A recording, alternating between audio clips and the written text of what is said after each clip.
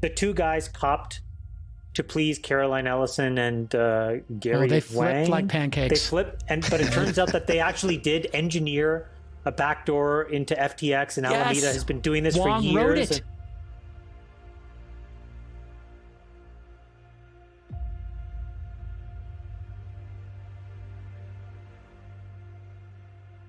Well, I think, look, given that this is supposed to be the year 2022, I mean, you got to say that, Yes, in 2022 we all say SBF. SBF was the winner of this, hands down. Okay, congratulations to SBF. You are consensus worst human being. For this year. I mean, not ever. Only for this year.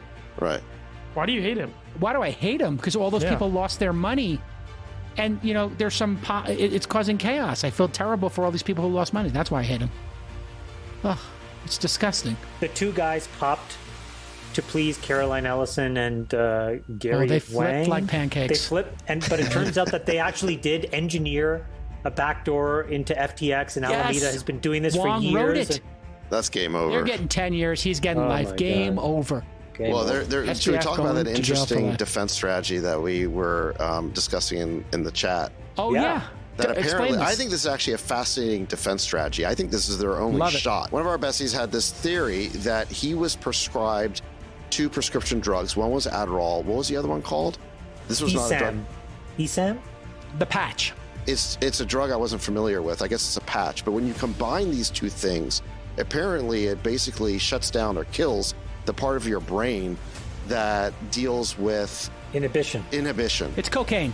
Yeah. What if his defense strategy was, like only an insane person would do this, and I was acting insane because I was prescribed these drugs that had these drug conflicts. But this, you could say maybe he was legally prescribed it if you could show the prescription. By the way, I'm not saying this should get him off. We're basically workshopping what his only shot of his defense would be, right? Well, and think about it, Sachs. He acted manic after FTX collapsed. So that mania of doing 20 Twitter spaces would be There's something so insane about what he did, right? It's almost like a prescribed insanity defense. Like I was prescribed a drug combination that made me insane. The only way that you could come up with that is like you'd have to have 2 parents that were like law professors or something. All right. Most loathsome company, FTX what if for me. This is his defense, you know? Yeah, my parents, boo-hoo. No. He'll claim insanity, J. Cal. He'll say... Of course, yeah.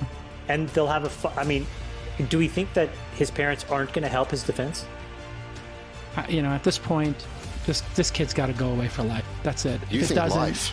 Wow. I think it's got to be life. I think it's got to be 30 plus years. I mean, it's just going to be billions of dollars. What kind of justice system do we have when people go away for 20, 30, 40 years? How many years per billion would you sentence? A decade per billion, at least. Yeah, I mean, you got to put it proportional. Years. Sachs, don't you think the justice system needs to look at other people who are in jail? What do you guys think the over-under is here? You think it's life? I'll set it at 35 years. I'll take 30. The over. I'll take the over. I'll take 30. I think 30 is the over. I think this is Madoff I said a good line then. What's yours, I think this is Madoff level. No, I agree. Over on 30. Yeah, I think I said 35. I think it's going to be multiple hundreds of years sentence. I agree. And he'll be gone for life. Yeah. I think it's going to be less. Jerome Powell and the Fed and their staunch hawkishness on inflation. I think everybody wants all of this to be over, and I think we're definitely in the last few innings of it. But I think what was surprising was how consistent and how hawkish and how bearish Jerome Powell was. Every chance he got, he didn't capitulate or waver from the key message, which he was saying from the beginning, which is, we have the tools to fix a broken economy, but we don't have the tools to fix runaway inflation.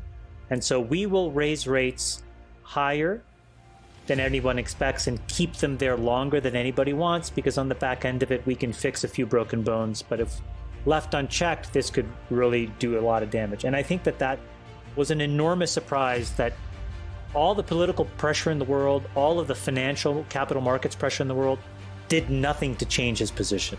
We have record deficits, record debt, and this year we're ending the year by adding another $1.65 trillion of spending that nobody can seemingly account for. It is truly the Christmas tree of Christmas trees in terms of bills. So we have not gotten religion yet around being measured in how we spend money. Some person in the media could have asked the question and dug in deeper around the connections between Alameda and FTX for the last 24 months. So could have diligence at a venture firm. At no point could any person have asked these questions and found ex-employees and said, you know, are there any unseemly connections here between FTX and Alameda? There was no disgruntled employee. I mean, every company has disgruntled employee whistleblowers. But here, where there was billions of dollars being made by tens of people, not a single person who felt on the outs holding our hands while the CFTC and the SEC were fighting. That's not something that consumers can be expected to adjudicate.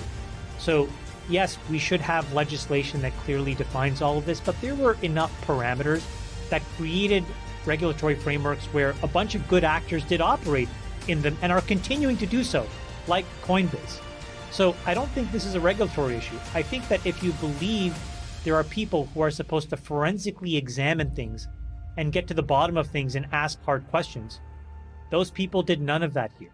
And what's even more worrisome is what they're showing is now with a massive amount of data that shows that you could ask hard questions, they don't care to because it makes them look bad. I disagree with this, Chamath. I think regulators failed here because they have been reactive to crypto. They have not been proactive, and they have not been clear with the crypto community that what they were doing was illegal, and they should have put the regulations in quicker, and they're playing catch up. But all three groups failed. The media failed, the regulators failed, and VCs failed. Capital allocators failed, apparently, to do diligence here and install proper governance. You cannot put a company like this, you know, in business point, with Jason, billions of dollars and have no board of directors. No, I agree with you. Or he lied to them, No, I which agree is with possible. you. My point is that while regulators are basically fighting a territorial turf war, okay, the media could have still done their job.